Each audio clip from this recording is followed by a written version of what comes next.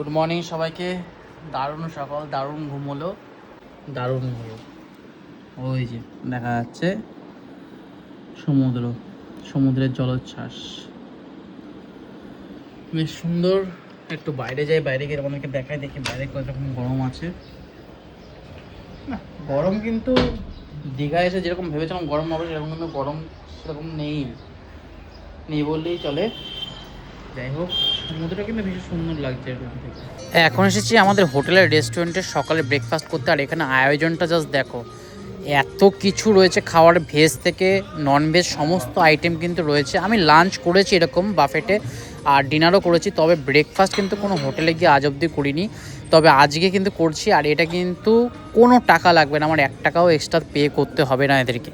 তবে হ্যাঁ, আমি দীঘাতে এরকম হোটেলও থেকেছি, সি ফেসিং ছিল না, তবে সুইমিং পুল ছিল আর ব্রেকফাস্ট ইনক্লুডেড ছিল, এরকমই খাওয়া দাওয়া ছিল।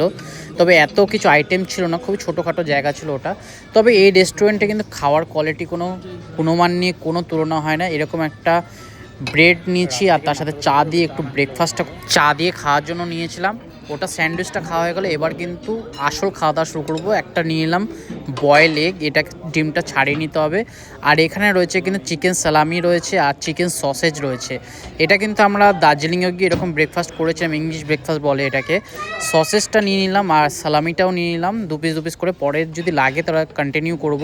আর এখানে কিন্তু চলে এসেছে, এটা কিন্তু কোনো কচুরি না, এটা কিন্তু হচ্ছে ছোলে ভাতুরে, আর এর সাথে কিন্তু চানা মশলা রয়েছে, এর সাথে কিন্তু কম্বিনেশনটা দারুণ লাগে। দীঘাতে আগে এই হোটেলটা দেখেছিলাম, তবে এটা খুব নতুন হয়েছে, কিন্তু এরকম মানে এত সস্তায় যে পেয়ে যাবো বুঝতে পারিনি। সস্তা ইন দ্য সেন্স অত সস্তাও না। এখানে ব্রেকফাস্টে ইনক্লুড ছিল, আর সাথে কিন্তু অনেক কিছু আইটেম ছিল ঘরের মধ্যে রাখা, জল, কফি, চা, চিপস, অনেক কিছু রাখা ছিল।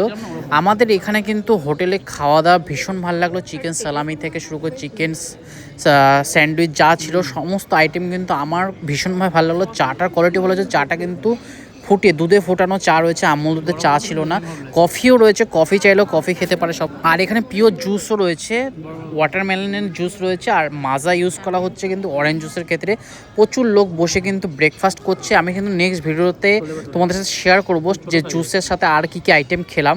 তবে এই হোটেলটা গীতাঞ্জলি, নিউ গীতাঞ্জলি, এটা কিন্তু নিউ দীঘাতে রয়েছে। 3600 টাকা আমাদের পার ডে পড়েছে।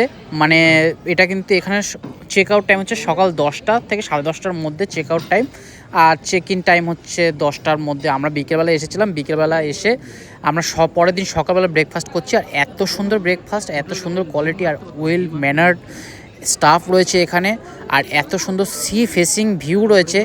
আমার ভীষণভাবে ভালো লাগলো। খাওয়া দাওয়া যেরকম হোটেলও সেরকম, রুমে থাকলেও কিন্তু দীঘা দেখা যাচ্ছে এমন না, দীঘার সামনে গিয়ে দেখতে হবে। আর রুফটপে গেলে, ছাদে গেলে কিন্তু ভীষণ সুন্দর ভিউ। তোমরা যদি কখনো নিউ দীঘা আসো আর থাকতে চাও বাজেট ফ্রেন্ডলি হিসেবে, তোমাদের বাজেটে যদি বসে যায় 3600 টাকা যদি দিতে পারো, তাহলে কিন্তু এরকম সুন্দর একটা হোটেল পেয়ে যাবে।